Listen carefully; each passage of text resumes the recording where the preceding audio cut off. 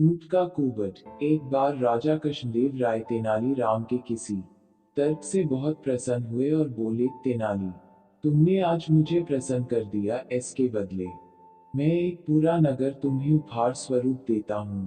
तेनाली ने झुककर उनको धन्यवाद कहा। इसके बाद कई दिन बीत गए, परंतु राजा कृष्णदेव राय ने अपना वचन पूरा नहीं किया। वे तेनाली को एक नगर उपहार में देने का अपना वचन भूल गए थे।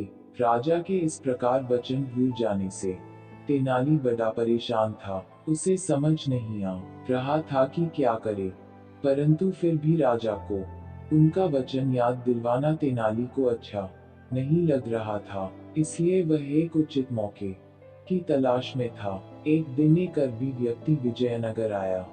उसके पास एक ऊंट था। लोगों की भारी भीड़ ऊंट को देखने के लिए इकट्ठी हो गई, क्योंकि उनके लिए वह एक अजूबा था। उन्होंने ऊंट के बारे में सुना था, पर कभी ऊंट देखा नहीं था। राजा एवं तेनाली भी ऊंट नामक इस अजीबोगरीब जानवर को देखने आए। दोनों एक साथ खड़े हुए ऊंट को देख रहे थे। राजा बोले, तेनाली, निसंदेह ऊंट एक विचित्र जानवर है। इसकी लंबी गर्दन तथा कमर पर दो कुबड़ हैं। मैं हैरान हूँ कि भगवान ने ऐसा विचित्र तथा बदसूरत प्राणी पृथ्वी पर क्यों भेजा। राजा कृष्णदेव राय की इस बात पर तेनाली को जवाब देने का अवसर मिला और वह सदैव की तरह आज भी अपने उत्तर के साथ तैयार था।